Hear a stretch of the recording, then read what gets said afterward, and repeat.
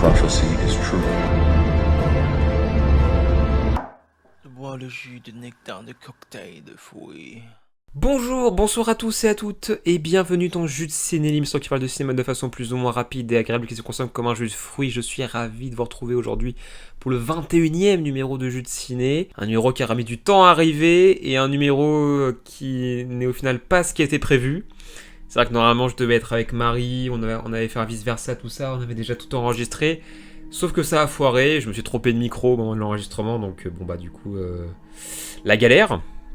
Donc du coup, c'est un numéro un peu classique pour celui-ci, parce que du coup le sommaire actu et des sorties de 2021. En fait là, dans ce numéro, je vais parler uniquement de films sortis en salle, des films que j'ai pu voir au cinéma, donc ça c'est cool par contre, mais il y a que ça.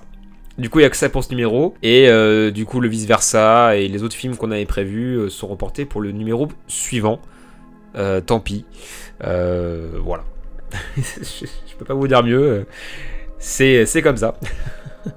Voilà, j'espère quand même que ce numéro vous plaira. On est donc parti pour les actus. Pour les actus, bon, pas grand chose finalement, malgré toutes ces semaines qui sont passées. On peut parler par exemple de Amazon qui a racheté la MGM, mythique studio de production. Donc Amazon a racheté le groupe pour la modique somme de 8,45 milliards de dollars. Pas grand chose.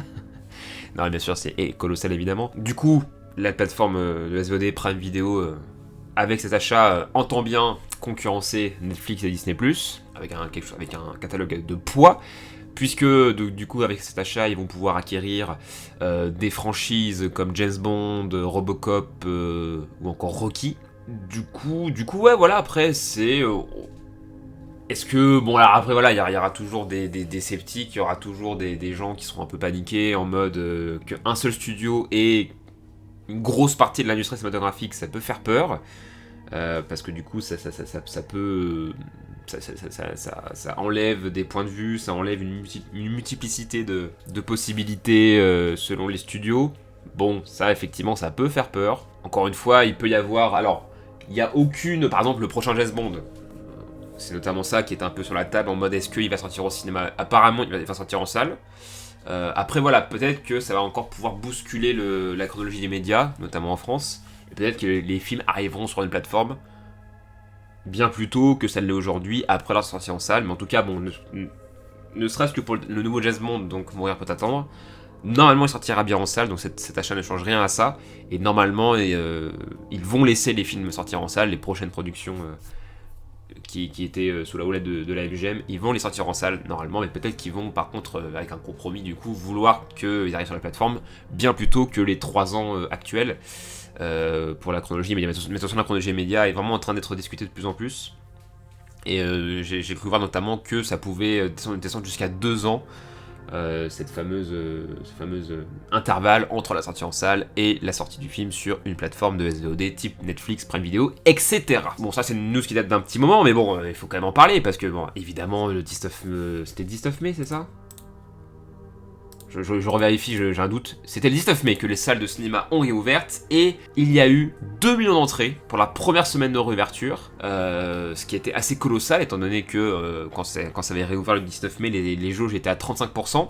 Mais voilà, du coup, il y a eu une vraie accrue dans les salles avec ces 2 millions d'entrées, et c'était... voilà, le succès, enfin, ça a été bien plus que lors de la première réouverture. Donc voilà, après on a vu que les chiffres ont bien baissé après cette première semaine colossale, mais c'est aussi parce que bon, la réouverture a été un peu timide au début, enfin, quand je dis timide, c'est pas que les films étaient pas intéressants, on va le voir juste après, mais c'est juste que voilà, c'était pas des gros blockbusters, c'était pas des... voilà, il y avait assez peu de films américains au début, et notamment de grosses productions. Ça va revenir petit à petit, mais c'est vrai que la réouverture, étant donné la jauge, effectivement, les producteurs sont pas forcément été ultra chaud de sortir le film maintenant, parce que forcément avec une jauge à 35%, ça peut réduire le nombre d'entrées potentielles, donc on peut comprendre. On va quand même espérer que ça continue.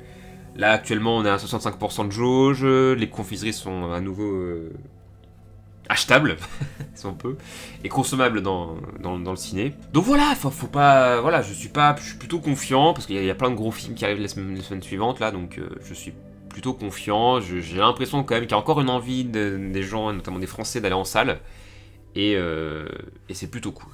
Voilà. On peut parler aussi de Cannes, qui a dévoilé sa sélection officielle. Alors on va juste parler de quelques films, je vais pas revenir sur tous, mais notamment les principaux. On a le nouveau film de Léos Carax, Annette, avec notamment Marion Cotillard et Adam Driver, qui se veut être un espèce un grand film musical, une grande comédie musicale. Il y a déjà des rumeurs qui disent que le film sera entièrement chanté, comme un des films de Jacques Demy, mais bon, c'est encore des rumeurs, on ne sait pas vraiment exactement. On aura aussi le nouveau Paul Verhoeven, Benedetta. Encore une fois, film français après Elle, donc cette fois-ci avec Virginie Efira dans le rôle titre. Très impatient de voir ça. Le nouveau Wes Anderson aussi, The French Dispatch. Le nouveau Julia Ducournau, Titane aussi, qui sort le 14 juillet en salle. Très très impatient de le découvrir. On a aussi le nouveau François Ozon qui s'appelle Tout s'est bien passé. Et alors, la petite surprise, ça faisait longtemps que le Cannes annonçait un gros blockbuster dans la sélection. Alors c'était pas dans la sélection, enfin, c'était en hors compétition, il me semble quand même malgré tout, mais c'était...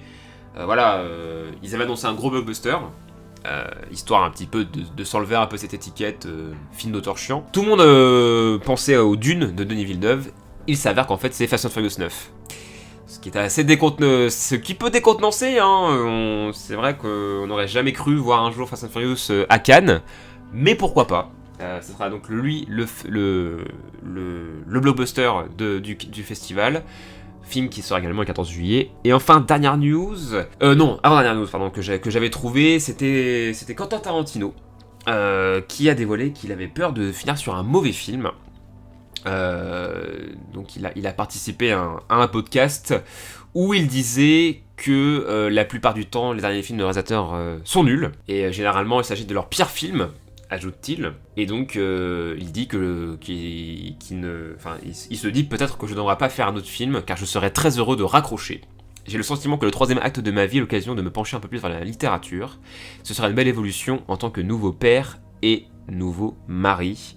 Être un peu plus à la maison et devenir un peu plus un homme de lettres. Est-ce que donc Tarantino va raccrocher sa caméra? Ça se pourrait bien, et d'autant qu'en plus il pourrait le faire, hein, parce que donc, son dernier film c'est bien sûr le Once Upon a Time in Hollywood, qui est un film qui a eu beaucoup de...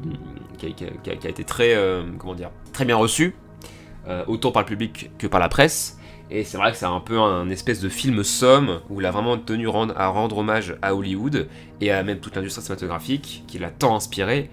Donc c'est vrai que de finir sur un film comme ça paraît pas non plus totalement inconcevable. Après il y avait quand même des rumeurs sur le fait qu'il voulait faire un film d'horreur pour terminer. Moi j'aurais beaucoup aimé voir ça. Donc, mais bon, apparemment c'est pas gagné, donc on ne sait pas. Ça pourrait être le dernier film de Tarantino, à voir. C'est vrai que bon, il y a... Ces arguments sont tout à fait valables. Le fait qu'il ait peur de finir sur un mauvais film, ça peut se comprendre. Mais donc, affaire à suivre, bien sûr. Et enfin, terminons par, à chaque fois j'en parle, de toute façon, à chaque fois qu'il y a une news, j'en parle. Camelot le film qui a dévoilé des affiches personnages, une vingtaine, non d'ailleurs 20 précisément. Astier a dévoilé donc 20 affiches, du film Camelot qui sort le 21 juillet, on n'oublie pas bien sûr. Des affiches qui ont un petit peu divisé, certains peut-être qui manquent un peu de recul, étaient en mode putain c'est incroyable, c'est trop beau machin, d'autres qui ont trouvé ça un peu dégueulasse. Moi j'étais un peu entre les deux, c'est-à-dire que je trouvais que certaines affiches étaient vraiment très sympas, d'autres un peu moins bien, et c'est vrai que le fait aussi que sur chaque affiche on avait une citation du personnage en haut, était en mode, les gens étaient en mode putain mais c'est un peu du spoil, machin c'est dommage, on nous spoil un peu des potentiels futurs punchlines qui sont dans le film, oui peut-être, bon à voir, hein. Après de toute façon ça reste que de la promo machin, je sais même, certains disaient même que ça trouve même Astier lui-même ne l'a pas approuvé, donc voilà, on n'a jamais été aussi proche de la sortie du film. Voilà donc pour les actus, on va passer aux sorties de 2021 et les sorties ciné, quel plaisir, donc là je vais enchaîner toutes les sorties ciné que j'ai pu voir depuis la réouverture, et il y a un paquet de films. On va pas se mentir, il y a un paquet de films, donc je vais essayer de faire assez vite pour chacun, parce que j'ai pas envie que la vidéo dure 3000 ans. Donc on commence avec Mandibule, réalisé par Quentin Dupieux, donc le nouveau Dupieux, qui est le tout premier film que j'ai vu de la réouverture, c'est le film que j'ai vu le jour de la réouverture, le 19 mai. Donc voilà, je suis toujours très curieux de découvrir un nouveau Dupieux. Et Mandibule est donc un bon Dupieux, ni plus ni moins. C'est drôle, bien filmé, bien monté et bien écrit, mais ça manque un peu d'éclat. À part peut-être, là où j'ai une grosse surprise, c'est le personnage d'Adèle Exarchopoulos, qui jusqu'ici était quand même assez habitué à des rôles un peu sérieux, à des rôles un peu complexes. Et là, vraiment, elle dévoile une certaine puissance comique qu'on ne soupçonnait pas. Et son personnage est assez génial, extrêmement drôle et parfaitement interprété. Enfin, en tout cas, elle le tient vraiment très très bien. Donc voilà, c'est pas le meilleur Dupieux. De toute façon, je pense que depuis Réalité, il a pour l'instant cette idée, et même lui le disait, que voilà, pour l'instant, il fait son truc, il fait un film par an. Parce qu'il me semble qu'il y a un Dupieux aussi qui arrive dès l'année prochaine. Et voilà, il fait un film par an, souvent des films courts, donc de 1h15, 1h20, c'est le cas aussi pour Mandibule, il fait 1h15. Voilà. Il a un concept il a un concept totalement délirant et fantasque. Il s'éclate, il fait son petit film. Ça se regarde vraiment bien. Ça reste un Dupieux mineur. Je sais pas si un jour il refera un film à la hauteur de l'ambition de Réalité. Mais pour l'instant, il est vraiment dans une étape de sa filmographie où vraiment il se prend pas trop la tête. Il fait ses films dans son coin tranquillement sans forcément en faire trop. Et c'est tout à fait honorable et ça fait toujours plaisir d'avoir sa petite dose de Dupieux annuelle finalement. C'est assez plaisant. Donc voilà, Mandibule est un bon Dupieux, ni plus ni moins. Voilà. Ensuite, c'est Slalom, réalisé par Charlène Favier. Film français qui surfe un petit peu sur toutes les révélations qu'il y a pu avoir sur les affaires d'harcèlement sexuel dans le milieu du sport. Le film traite totalement de ça, et le film est inspiré de la vie de la réalisatrice. C'est un film que j'ai bien aimé, que j'ai trouvé techniquement très abouti, les acteurs jouent bien. J'ai juste trouvé que l'écriture était parfois un peu maladroite et qu'il y avait quelques petites longueurs. Et en fait, c'est un peu frustrant parce que le film a de vraies bonnes idées, il y a des vraies fulgurances dans la mise en scène, notamment sur les. Parce que donc, c'est quelqu'un. Enfin, en gros, c'est une adolescente qui veut se professionnaliser dans le ski. Et en gros, son entraîneur, qui est joué par Jérémy Régnier, va avoir de plus en plus d'emprise sur elle, pas forcément en relation très saine.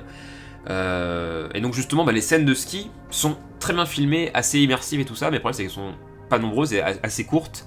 C'est dommage, le film aurait peut-être gagné à être un peu plus, je sais pas, ambitieux de ce côté-là, mais ça reste un bon film à la fois important et nécessaire. Alors, tout comme mon début, je ne sais pas si le film est encore en salle, ça m'étonnerait. J'arrive un peu tard. Il sortira de toute façon, mais voilà, mais dès qu'il sortira, que ce soit en VOD ou autre, je vous invite, tout comme Mandibule, à le voir, ce Slalom. Ensuite, Le Dernier Voyage, réalisé par Romain Quiro, film de science-fiction français. Autant vous dire que j'avais énormément envie de le voir, parce que c'est rare qu'on ait des films de science-fiction français qui ont l'air d'avoir un minimum de gueule, parce que le trailer vendait quelque chose qui avait quand même de la gueule, et je suis loin d'avoir boudé mon plaisir. Alors c'est évidemment maladroit dans l'écriture, et le long métrage est parfois un petit peu écrasé par ses références, mais alors que ça fait du bien de voir un film de science-fiction français qui a de la gueule, parce que c'est franchement techniquement très honnête, les personnages sont attachants, et ça joue vraiment bien. Sans parler de la section musicale qui est très qualitative, vraiment, j'ai bien aimé le film. Alors peut-être que j'ai été un petit peu indulgent aussi, parce que je sais que c'est le genre de film qu'on voit vraiment peu, et que même si c'est pas des films parfaits, loin de là, il faut les soutenir, parce que c'est des films qui peuvent changer la donne, quoi. Si c'est des films qui ont des succès, enfin qui sont des succès, pardon, ça peut aussi changer la donne, ça peut convaincre des producteurs de produire plus de films dans ce genre-là. Notamment en France. Je sais pas du coup si le film a beaucoup marché, il a été plutôt bien reçu, mais pas à fond non plus. Mais c'est dommage parce que franchement, il est vraiment bien, j'ai vraiment bien aimé, moi j'ai vraiment passé un bon moment. Je trouve que c'est une aventure, un espèce de road trip qui se regarde vraiment très bien. Le duo principal, je trouve, marche très bien. Et voilà, encore une fois, c'est pas un film forcément très original, mais au moins il y a quelques idées vraiment intéressantes, et ça fait du bien, encore une fois, de voir un film qui a de la gueule dans ce paysage audiovisuel français. Encore une fois, je pense pas qu'il soit, je pense qu'il n'est plus en salle, mais je vous invite à le découvrir quand il sortira sur un autre support. Ensuite, nous allons parler de The Favor, réalisé par Florian Zeller, donc film qui va être nommé aux Oscars, et où Anthony Hopkins avait gagné l'Oscar du meilleur acteur. Et c'est un très bon film, sublimé par des acteurs magistraux.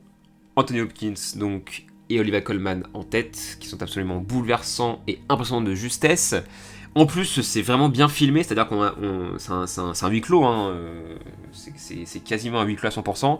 Et c'est vrai que, d'autant qu'en plus, Florence Zeller est un homme qui vient du théâtre à la base, c'est son premier film. Et c'est vrai qu'on aurait pu craindre un espèce de théâtre filmé finalement.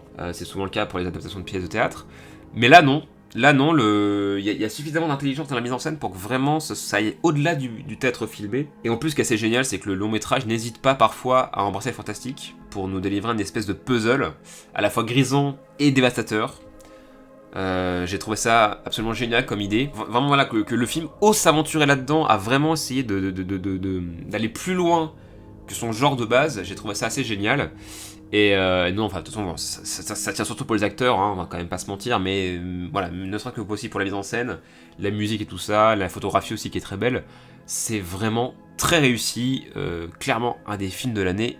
Pour sûr. Ensuite, Méandre, réalisé par Mathieu Turi, encore une fois un film de genre français, ça fait bien plaisir. Donc il raconte l'histoire d'une jeune femme qui va être en gros emprisonnée dans une série de tuyaux, et elle va devoir essayer d'avancer pour survivre. C'est un espèce de mélange entre Saw et Cube, on va dire, à la française. Postulat intéressant, mais le film ne transforme l'essai qu'à moitié, je dirais. Ça tient bien la route, techniquement, l'actrice principale s'en sort vraiment très bien, mais je trouve que l'ensemble manque de rebondissement et que ça peine un peu à se renouveler surtout. Et puis scénario parfois un peu bancal, notamment sur la fin. Je reconnais que la fin, je l'ai trouvé un peu étrange et un peu facile. Reste que ça se regarde plutôt bien, qu'il y a 2-3 scènes réussies et que l'ambiance sonore est très très chouette. Il y a vraiment quelque chose qui se dégage de ça. Donc c'est un moment sympathique, mais malheureusement assez oubliable. Voilà. Je pense pas que le film ait eu beaucoup de succès, mais encore une fois, ça fait du bien de voir un cinéma français qui essaye de se réinventer, bien sûr. Le prochain film, c'est Promising Young Woman, réalisé par Emerald Fennell. Pareil, film qui était passé par la case Oscar, encore une fois, qui est un premier film d'Emerald Fennell, avec dans le rôle principal Carey Mulligan, qui également avait été nommé aux Oscars. Et à bien des égards, c'est un film qui est réussi. Tant il tape souvent là où ça fait mal, parce que c'est un peu le film qui se vendait comme le thriller féministe post-MeToo. Disons que de ce postulat-là, ça réussit plutôt bien le message que ça va faire passer. En tout cas, Carey Mulligan confirme qu'elle est une des meilleures actrices actuellement, parce qu'elle est vraiment juste géniale dans ce rôle, elle le tient parfaitement bien. Il y a quelques scènes qui sont vraiment réussies et qui glacent le sang. En fait, c'est assez particulier parce que c'est un film qui est à la fois trop sage et à la fois très brutal. Et parfois, disons que le mélange fonctionne peut-être pas toujours, mais quand ça tape, ça tape. Et pour le coup, ouais, ça marque forcément un petit peu. Voilà, je dirais quand même que c'est maladroit par moment. Je dirais que la mise en scène n'est pas particulièrement percutante. Et donc effectivement ça se révèle un peu trop sage, mais ça reste assez passionnant à suivre et très ludique, même si je sais pas si c'est forcément le meilleur mot approprié, mais non, moi je trouve que, ouais, je trouve que, enfin, on a envie de savoir le fin mot de l'histoire, on est avec le personnage principal, on a envie de savoir comment ça va se dérouler. Et même si voilà, ça manque un peu de surprise et de rebondissement, et que la fin aussi parfois paraît pas très crédible, ça reste vraiment intéressant et oui, plutôt nécessaire, effectivement. C'est un film, alors je sais pas, l'affiche parle d'un film qui a changé la donne. Je pense pas que ça sera le cas. Il y a pas assez de gens qui vont voir le film, qui verront le film à mon avis. Mais voilà, on peut quand même espérer une prise de conscience collective avec ce film, ça serait pas mal. Le prochain film, c'est Nobody, réalisé par Ilya Naishuller. Ilya Naishuller qui avait réalisé Hardcore Henry, qui est un film qui s'était démarqué par le fait que ce soit entièrement filmé à la première personne, comme un FPS type Call of Duty par exemple. C'était un gros film d'action assez bourrin, qui était donc uniquement pour la personne et qui était plutôt sympa. Et donc là, on retrouve Bob Odenkirk et Saul Goodman, qui va se bastonner, hein. Très clairement, c'est un peu l'idée du film, hein. C'est un petit peu un film qui s'inscrit typiquement dans l'ère post-John Wick. Et donc ouais, c'est parfois fun, il y a 2-3 idées dans la mise en scène, les bastons sont brutales, Bob Odenkirk est génial. On a aussi dans le film Christopher Lloyd, le doc de Retour à le futur, qui s'éclate totalement dans son rôle et c'est assez cool à voir. Mais hélas, beaucoup de défauts, je trouve. Le scénario est très faiblard. Les FX ne sont pas très convaincants, les effets spéciaux, vous comprenez. La photographie est pas très belle, j'ai trouvé. Et puis, il y a un ton qui est très décomplexé et qui, je trouve, ne montre vite ses limites. C'est-à-dire que vraiment, le film se prend pas très au sérieux et je trouve que l'équilibre est un peu mal géré, je dirais. Donc, c'est sympathique, ça se regarde bien. C'est plutôt fun à certains moments, mais je trouve qu'on est très loin d'un John Wick qui, lui, arrive à proposer un degré de folie tout en étant droit dans ses baskets et où il sait où il veut aller. Là, je trouve qu'on n'a pas la maîtrise là-dessus. Puis même en termes de chorégraphie, tout ça, c'est quand même bien moins virtuose qu'un John Wick. Reste que notamment la scène du train, par exemple, est très fun à regarder. Oui, la scène du train, non, c'est pas la scène du train, c'est la scène du bus, plutôt, pardon, la scène du bus, excusez-moi, qui, elle, pour le coup, est vraiment très réussie et qui mériterait presque à elle seule le visionnage du film. Voilà. Voilà. Donc sympathique, mais on préférait quand même John Wick ou même The Raid, dans le même genre. Et c'est vrai que j'étais assez surpris que le film ait été globalement très bien reçu. Peut-être que je suis un peu rabat-joie de ce côté-là. Bon, moi je l'ai trouvé sympathique, mais sans plus. C'est peut-être moi qui suis devenu un gros con. Peut-être. Je sais pas. Le prochain film, c'est Petite Maman, réalisé par Céline Sciamma. Donc qui revient 2 ans après l'immense succès de Portrait de la jeune fille en feu. Et qui nous revient avec un film qu'on pourrait qualifier de tout simple. C'est pas forcément une mauvaise chose, cela dit.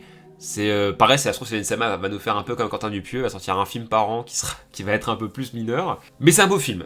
Petite Maman est un beau film, très bien filmé, et vraiment il y a des images superbes, vraiment c'est toujours Claire Maton qui fait la photographie du film, tout comme elle l'avait fait pour Portrait de la jeune fille en feu, et vraiment les images sont splendides. Le seul gros défaut du film pour moi, c'est dans les dialogues. Céline Sciamma a ce côté un peu très théâtral, un peu surécrit dans ses dialogues, et parfois ça peut nuire un peu à la crédibilité de l'ensemble, mais ça reste pour pinailler parce que vraiment le film est vraiment très court, hein, il fait à peu 70 minutes et ça se regarde vraiment très bien comme un petit bonbon, ça se déguste vraiment comme un petit bonbon, c'est un film très séduisant et touchant et voilà, et assez poétique et vraiment beau, voilà. C'est pas un grand film mais ça se regarde vraiment bien, ce nouveau Céline Sciamma que je vous encourage à découvrir.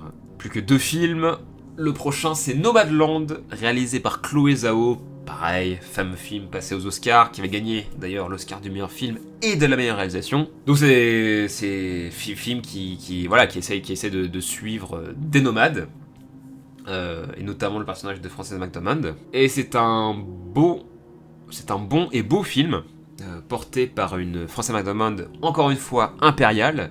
C'est bien réalisé, il y a de très beaux paysages. Malgré tout, je trouve que le film est un poil long, notamment dans sa dernière demi-heure, qui a un peu tendance à répéter un petit peu ce qui a déjà été dit. C'est-à-dire qu'en fait, au bout d'une heure de film, on comprend un peu où ça veut en venir, et disons, bon, ça patine un petit peu sur la dernière demi-heure, j'ai trouvé. Et j'ai trouvé que le montage, qui est d'ailleurs était aussi assuré par Chloé Zhao elle-même, j'ai trouvé que parfois, il y avait certaines scènes qui étaient un poil trop longues et d'autres un poil trop courtes, et que parfois c'était pas toujours, je trouve, très bien équilibré. Il y a certaines scènes qui auraient vraiment mérité de durer plus longtemps, parce qu'elles arrivaient vraiment à construire quelque chose d'assez émouvant.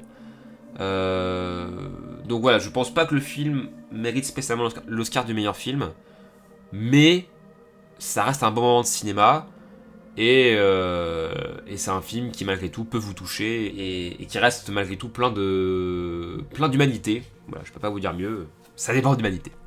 Et le dernier film parmi les sorties salles, c'est Playlist, réalisé par Nin Antico, qui vient de la BD à la base. Cette réalisatrice maintenant. C'est un film sympathique, qui m'a malgré tout pas complètement convaincu. Alors déjà, par contre, dans les points positifs, je dirais qu'il y a l'esthétique, qui est très intéressante. Le film est entièrement en noir et blanc. Ça peut paraître injustifié et un peu pour se la raconter, mais non, je trouve que ça donne quelque chose d'assez intéressant. Sarah Forestier est comme toujours géniale, de toute façon, pareil, j'allais dire comme Carey Mulligan. Carey Mulligan est une des meilleures actrices à Hollywood en ce moment, je pense que Sarah Forestier est une des meilleures actrices qu'on a en France actuellement. Voilà, après ce qui m'a un peu gêné, c'est que le film se voit un peu comme une comédie et que j'ai pas beaucoup ri, il y a 2-3 scènes rigolotes, mais ça s'arrête un peu là. J'ai trouvé que parfois c'était un peu mal équilibré, pareil un peu comme Nomadland, je trouvais qu'il y avait certaines scènes qui auraient mérité d'être plus longues et d'autres qui auraient mérité d'être plus courtes. Après voilà aussi, là où j'étais un peu frustré, c'est que je trouve qu'il y a beaucoup de second rôles que je trouve extrêmement sous-exploités. C'est parce que vraiment le casting est assez fou. Il y a plein de petites surprises au fur et à mesure du film, et vraiment je trouve que les seconds rôles étaient tous très intéressants et malheureusement je trouve qu'on les voit pas assez. Et c'est dommage, parce que ça aurait peut-être ça aurait pu donner peut-être un peu plus de cœur au film. Et donc ouais, je suis ressorti un peu frustré du film, mais ça reste agréable à voir. Mais voilà, j'ai pas été emporté. Voilà, je suis désolé, j'ai trouvé ça juste sympathique. Voilà donc pour tous les films que j'ai vus en salle depuis la réouverture. Il y en avait quand même beaucoup, hein. Je me suis pas fait prier pour aller en salle, évidemment. Voilà donc pour toutes ces sorties salles de 2021. On se retrouve donc bientôt pour un nouveau jeu de ciné et pour d'autres vidéos. Prenez soin de vous, allez en salle, à la prochaine, salut!